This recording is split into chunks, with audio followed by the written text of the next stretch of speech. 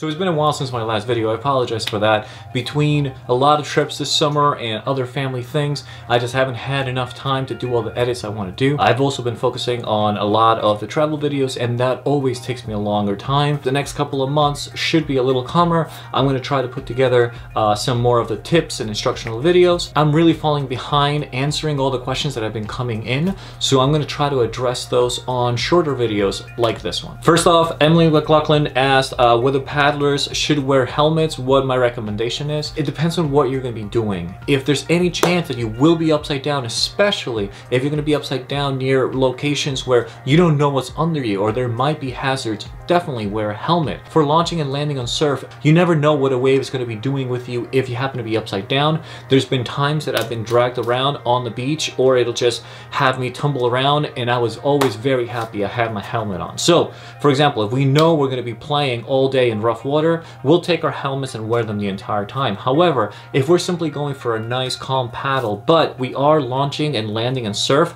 we put on our helmets when we need them, and then we put them away and enjoy ourselves without them. If you're going to be paddling all day in a calm lake, no need for a helmet. If you're going to be doing a multi-day trip and you don't know what conditions are going to be like, take your helmet with you and then just have it available just in case. Sarah Seller wrote asking about top tips that I learned for both rock gardening and surfing. I'd say out of the most recent sessions, the top takeaway I've gotten is not only timing, but patience. And that is, both in surf and when playing near rocks, is take the time to survey what's happening, what the water's doing, as long as you need to until you see those really big sets coming in. Because every so often, depending on where you are and depending how long it takes for those big sets to come through. So you might have an idea of what's happening, and then you go in, you're playing, and all of a sudden a big set comes in.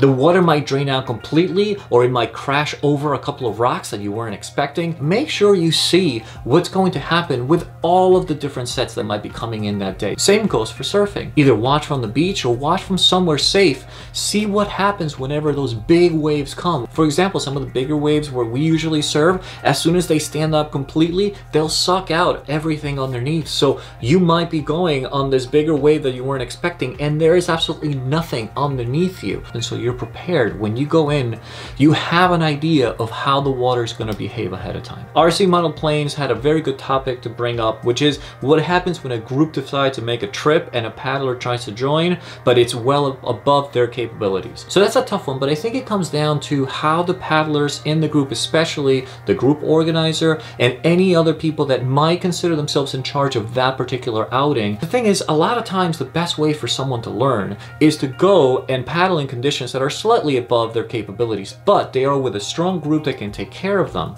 However, if this is an unannounced visit and you are putting other people in a tough situation where they're now responsible for you, that's what makes it really tough. So, for example, if I'm going to go out with someone that is not up to the capabilities of the group, but I'm organizing it, I will consider myself responsible for them if I'm bringing them along, and I will watch out for them so that I don't put that responsibility on everyone else. Same goes for the organizer and sometimes group leader. They'll say what the level is. However, if the situation arises where someone shows up unannounced and they're not either skilled enough or they don't have the gear requirements, they don't meet the minimums. So for example, let's say you're going out to play in the sea and someone shows up with an inappropriate kayak, then in my opinion, it's up to the group and the organizer to say, hey, these are the choices. Either you have to meet these requirements or you just cannot come with us. Sometimes it's a hard conversation, but depending on what's going to happen, someone needs to take responsibility for them, or they simply cannot join that particular outing. And the same thing goes when I go out with paddlers that are much higher level than I am, and they will take care of me and look over